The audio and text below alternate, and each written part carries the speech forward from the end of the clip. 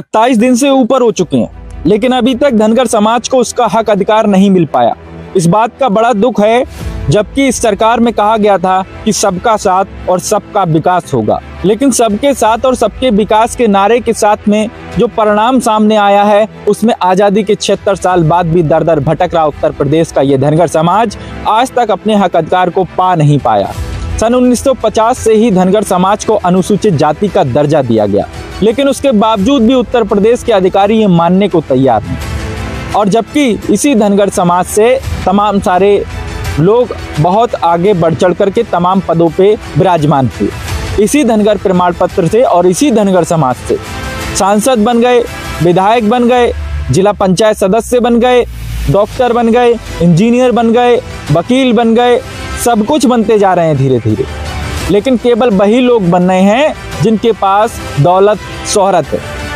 लेकिन एक आम आदमी आज भी दर दर भटक रहा है। जब वो अपने प्रमाण पत्र को अप्लाई करता है तो उत्तर प्रदेश के यही लेखपाल ये कह देते हैं कि आप अपनी जाति का कोई साक्ष्य दिखाइए।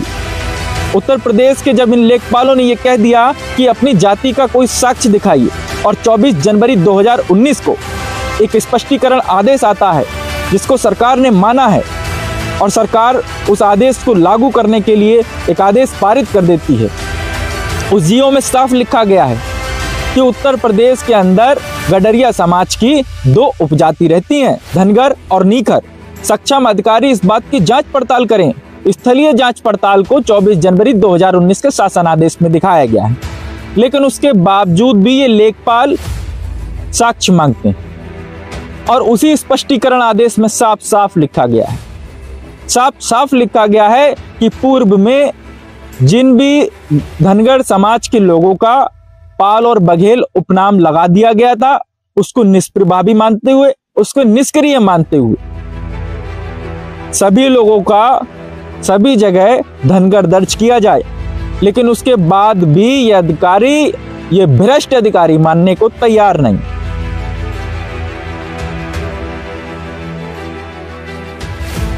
है। ये लोग चाहते ही नहीं कि धनगर समाज को इनका हक अधिकार मिल पाए। सरकार को बदनाम करने में आज के जो हालात हैं, इन अधिकारियों का बहुत बड़ा हाथ रहा। मथुरा के अंदर 1.5 से 2 लाख की आबादी है धनगर समाज की, लेकिन उसके बावजूद भी डीएम साहब धनगर समाज की आवाज को सुनने को तैयार नहीं। 27 दिन लगभग पूरे हो चुके हैं धरना देते देते, लेकिन उसके बाद भी डीएम साहब के कानों तक आवाज नहीं पहुंचती है।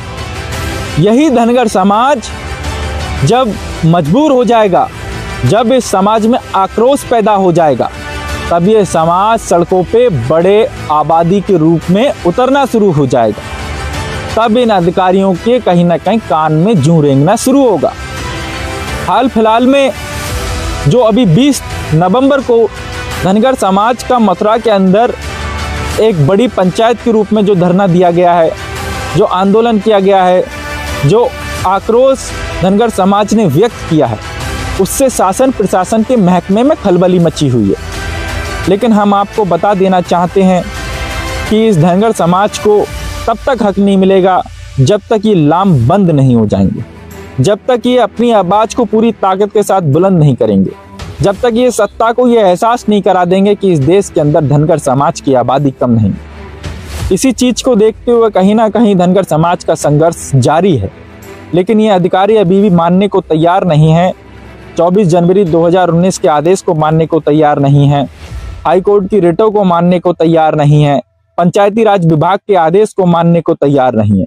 क्योंकि कहीं ना कहीं एक चीज साफ तौर पे नजर आई कि इन अधिकारियों के ऊपर सरकार का किसी भी तरह से कोई भी प्रेशर नजर नहीं आ रहा है। और एक ही कारण है कि जब तक सरकार का प्रेशर इन अधिकारियों के ऊपर नजर नहीं आएगा, तब तक ये अधिकारी किसी तरह से काम नहीं करेंगे। लेखपाल साहब जब धनगर समाज का प्रमाण पत्र निरस्त हो जाता है तो उससे कह देते हैं कि आप जाति का कोई साक्ष्य दिखाइए, जबकि उन लेखपाल साहब ने अभी 24 जनवरी 2019 का शासन आदेश सरकार का पढ़ा ही नहीं है, उनको दिखता ही नहीं।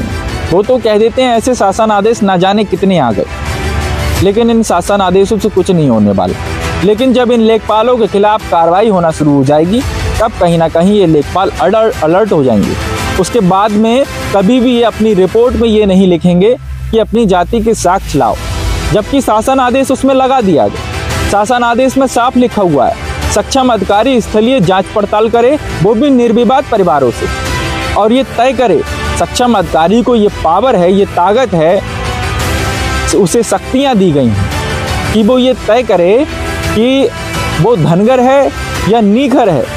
सबसे पहले तो ये तय करे कि वो गडरिया है, गडरिया में धनगर है या नीखर है। आदेश के अनुसार 24 जनवरी 2019 के आदेश अनुसार वो ये तय करे। लेकिन उसके बावजूद भी ये लेखपाल साहब, ये कानून गो, ये तहसीलदार सब के सब पूरे प्रदेश के भ्रष्ट होते नजर आ रहे हैं। सच्चाई यही है कि इनके ऊपर जब तक सरकार का कोई प्रेशर नहीं होगा, जब तक मुख्यमंत्री फोन करके नहीं कहेंगे, इन लोगों की मीटिंग नहीं लेंगे, तब तक ये अधिकारी काम करने के लिए तैयार नहीं। क्योंकि आप सभी लोग जानते हैं कि सरकारी मशीनरी किस तरह से काम करती है। सदियां बीत जाती हैं, पीढ़ियां बीत जाती हैं, हमारे यहाँ की न्यायपालिका किस तरह से काम करती है।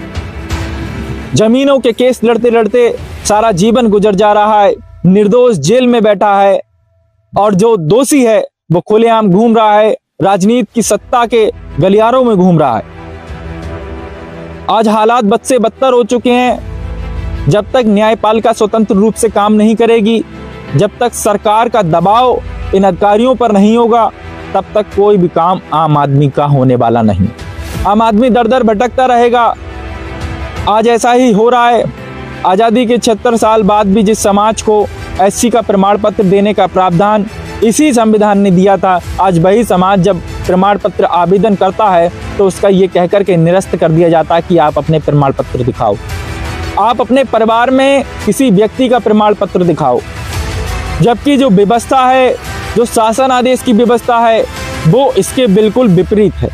लेकिन ये अधिकारी अपनी व्यवस्था को चलाना चाहते हैं, ये शासन आदेश को नहीं मानना चाहते। शासन का जो आदेश है उसको जब भी इस तरह से दरकिनार करते हैं, तो मैं तो कहता हूं सरकार 2-4 लेखपालों के खिलाफ एक्शन ठीक से ले ले तो ये पूरा लेखपाल संघ सुधर जाएगा। इनके ऊपर के अधिकारी अपने आप सुधर जाएंगे।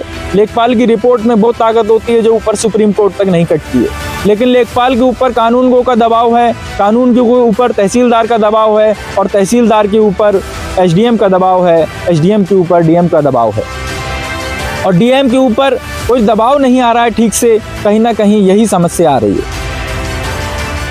लेकिन इस पूरे मामले को जब देखा तो एक चीज खास तौर पे समझ में आई, जो राजनीतिक दल इस धनगर समाज का वोट लेना चाहते हैं, आज वो अखिलेश यादव क्यों नहीं आ रहे, आज वो जयंत चौधरी भाग करके क्यों नहीं आ रहे हैं कि धनगर समाज के लोगों, हम आपके साथ हैं।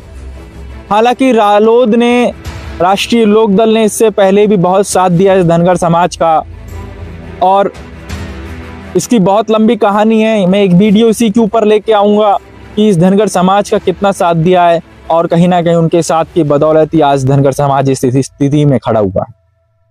साथियों, इस वीडियो को ज़्यादा से ज़्यादा शेयर करें, कमेंट सेक्शन में अपनी राय जरूर लिखें, और चैनल को लाइक एंड सब्सक्राइब करना बिल्कुल ना भूलें। हम फिर मिलेंगे एक नए वीडियो, एक नए टॉपिक के साथ में। तब तक के लिए जय हिंद, जय भारत।